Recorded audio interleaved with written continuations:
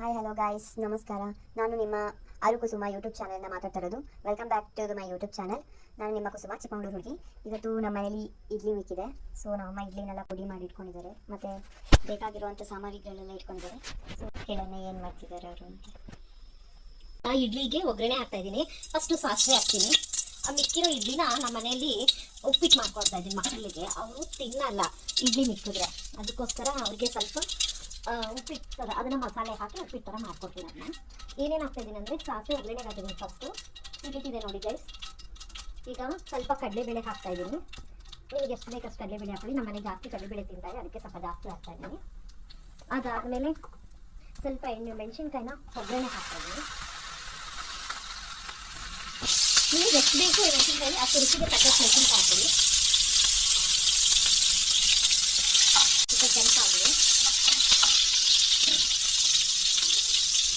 ನಮ್ಮ ಮನೆ ಸ್ವಲ್ಪ ಖಾರ ಜಾಸ್ತಿ ತಿಂತೀವಿ, ಅದಕ್ಕೋಸ್ಕರ ಸ್ವಲ್ಪ ಜಾಸ್ತಿ ಹಾಕಿದ್ದೀನಿ ಮೆಣಸಿನ್ಕಾಯಿ. ಅದಾದಮೇಲೆ ಈರುಳ್ಳಿ ಹಾಕ್ತಾಯಿದ್ದೀನಿ. ಸ್ವಲ್ಪ ಅರಿಶಿನ ಪುಡಿ ಹಾಕ್ತಾಯಿದ್ದೀನಿ, ಇವು ಕಲರ್ ಬರಲಿ ಅಂತ. ಇದರಷ್ಟೊತ್ತಿಗೆ ಇಲ್ಲಿ ಕಾಯಿ ಇದೆ, ಅದನ್ನು ಸ್ವಲ್ಪ ಮಿಕ್ಸಿಗೆ ಹಾಕೊತೀನಿ. ನಾನು ಕಾಯಿ ಕುಯ್ದಿಟ್ಟಿದ್ದೀನಿ, ಅದನ್ನು ಸ್ವಲ್ಪ ತುರಿ ಹಾಕ್ತೀನಿ, ಸ್ವಲ್ಪ ಮಿಕ್ಸಿ ಮಾಡ್ಕೊತೀನಿ. ಈ ಥರ ಗ್ರೈಂಡ್ ಮಾಡ್ಕೊಂಡಿದ್ದೀನಿ. ಇದು ಈರುಳ್ಳಿ ಬೇಯಿಸೋಕ್ಕೆ ನೋಡಿ, ಈರುಳ್ಳಿ ಎಲ್ಲ ಕೆಂಪಾಗಿದೆ. ಸ್ವಲ್ಪ ಇಡ್ಲಿ ಇದೆ, ಅದನ್ನೆಲ್ಲ ಸ್ವಲ್ಪ ಪುಡಿ ಮಾಡ್ಕೊತಾ ಇದ್ದೀನಿ. ಈ ಥರ ಕೈಯಲ್ಲೇ ಮಾಡ್ಕೋಬೇಕು.